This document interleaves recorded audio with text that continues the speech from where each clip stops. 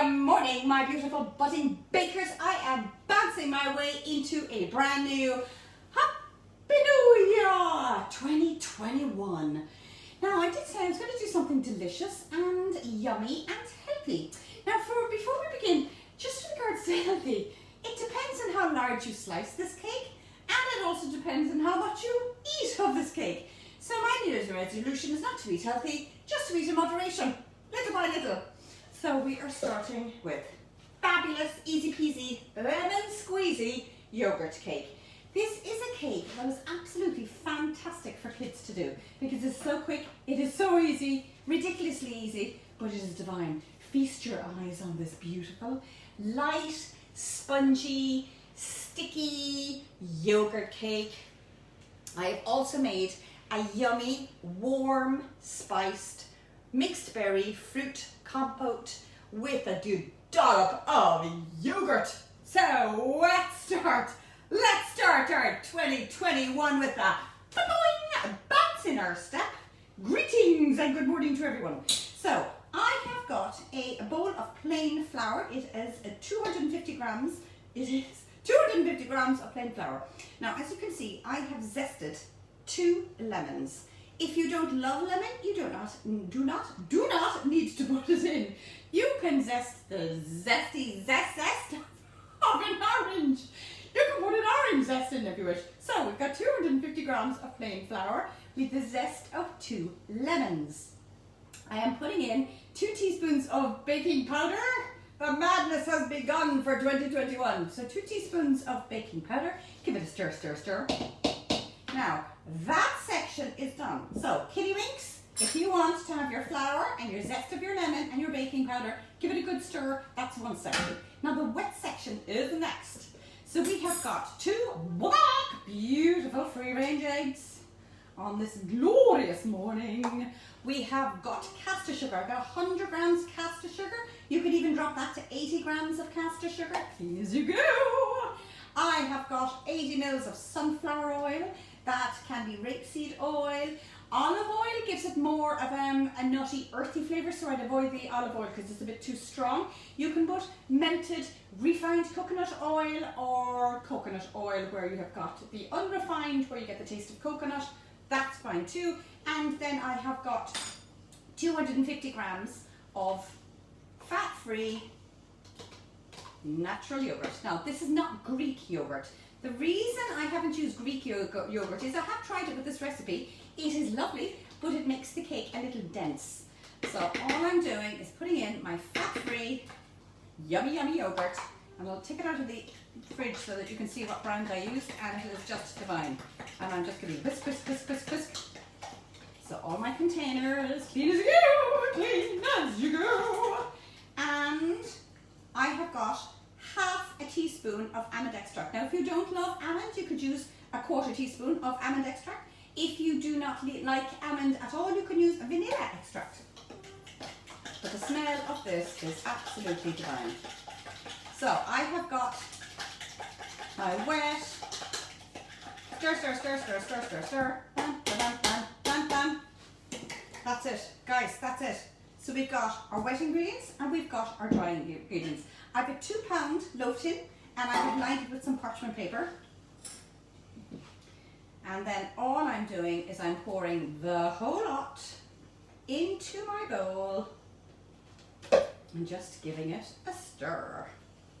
So I have the wet ingredients. I have, instantly you get this gorgeous punch of almond, which is so lovely because even though when this bakes in the oven, you have a lovely subtle undertone of the lemon along with your almond. It is divine. At this stage, if you decided that you wanted to add blueberries, by all means you could add your blueberries. If any of you have tried the most amazing dried fruit, you should try Vera's fruit. You can sprinkle in about 20 grams of dried raspberries, which are amazing in this. So Vera, that's another shout out for you because your dried fruit is amazing. So have a look at Vera, veramilka.com for her amazing dried fruit. And particularly amazing when you're going to have it for breakfast. And that is it, lads. In it goes, this beautiful, rich, thick, velvety, light, divine yogurt cake. And the beauty about this particular cake, if you have this, now it really does depend on, obviously, if you've got calculations like a Fitness Pal, or if you've got any of those health apps that you can actually key in all your ingredients. But the Fitness Pal, if you actually slice this loaf into 12 slithers, which is absolutely divine, and I have cut exactly what I would be serving myself, you're talking just shy of 140 calories per slice, which is amazing. So in this goes for about 35 to 40 minutes for 180. So in it goes, hasta la vista, baby. And we have got our beautiful, divine yogurt cake. Now, as you can see, there's a gorgeous little shine on top of my yogurt cake. So the only thing I've done is I have got a tablespoon of almond, not almond, a tablespoon of apricot jam. I put a teaspoon of water, I put it into the microwave for about 20-30 seconds, and I've given it a stir. You end up with this almost lovely, sticky, syrupy glaze that you can put on top of your sponge. So as soon as that comes out of the oven, I'll know when it's done because I'll sprung it with my finger, and I'll just use a skewer, wooden skewer. In it goes, count to 10, out it comes. If it's clean, it's cooked. Brush it with your apricot glaze, boom. Nothing else you need to add to this cake. So with this, I have, now I can't tell you how soft and squidgy this is. It's a soft, really squidgy, but it has the most divine texture, and it's soft, and I can't say the sticky. It has a lovely sticky taste to it. And then I have a gorgeous compote. Now, the compote, what I have done, just so that, to speed things up, all I have done is put 400 grams of mixed berries in a saucepan. I've put 2 tablespoons of orange juice, which is basically a full juice of an orange, along with its rind. I've put half a teaspoon of cinnamon and half a teaspoon of ginger, just to give it a little bit of heat. And I've put that on just when it comes to the boil, and then literally let it for about 10 minutes. It gets really liquidy, but I have a trick. Chia seeds. Now these are milled chia seeds, because what you don't want is, you don't want your beautiful compote looking a bit like frog spawn. So when you've got your chia seeds, when they're whole, they're quite gritty, but when they're milled, you do not taste it at all, and you've got extra omega in your fruit compote. This fruit compote is absolutely delicious, stirred through almost like a fool through your natural yogurt. If you add orange juice, and I can put up a recipe later in regards to jelly, you can add orange juice, a little bit of sugar, and you can make your own wibble wobble low fat jelly. Now, the compote is ridiculous because it's 40 calories per serving, and you'll get 6 servings out of this recipe. So all that is we've our little sponge. I'm going to put a big old dollop of our gorgeous compote. So the compote goes on top, and let it dribble, dribble, dribble. We have got some of our natural yogurt, and give that a big blob. And this can be any type of yogurt, but it is so good.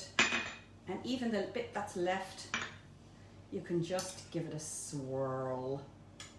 And you've got your fruit compote in your yogurt.